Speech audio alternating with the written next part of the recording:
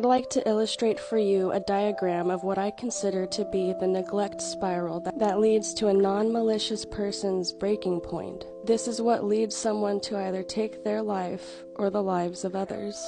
At the center, we have a person who is naturally empathetic, naturally sensitive towards others, who is unashamedly dependent on others to protect them. They are dependent so that they can protect their gifts, their abilities to connect with others, their physical children.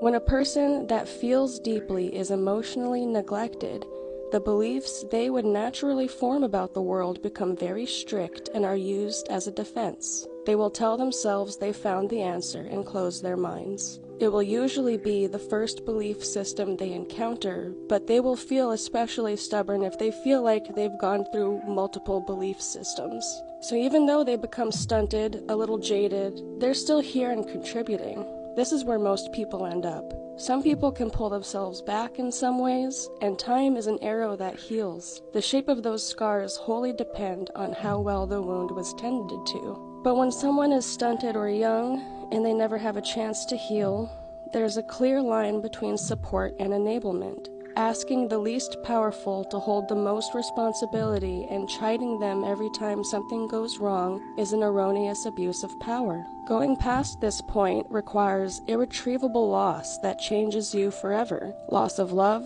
of self, of belonging in a way that feels irretrievable is a death sentence to these kinds of people. To go past that point is to always be fighting a war in your mind. When people get to this point, they start asking others for help in real and quietly desperate ways. If this help is rejected over and over again, then it pushes the person to the last end before they're spaghettified in their despair. When a sensitive person feels like they are cut off, rejected from the world, or otherwise at this point, they are in survival mode in almost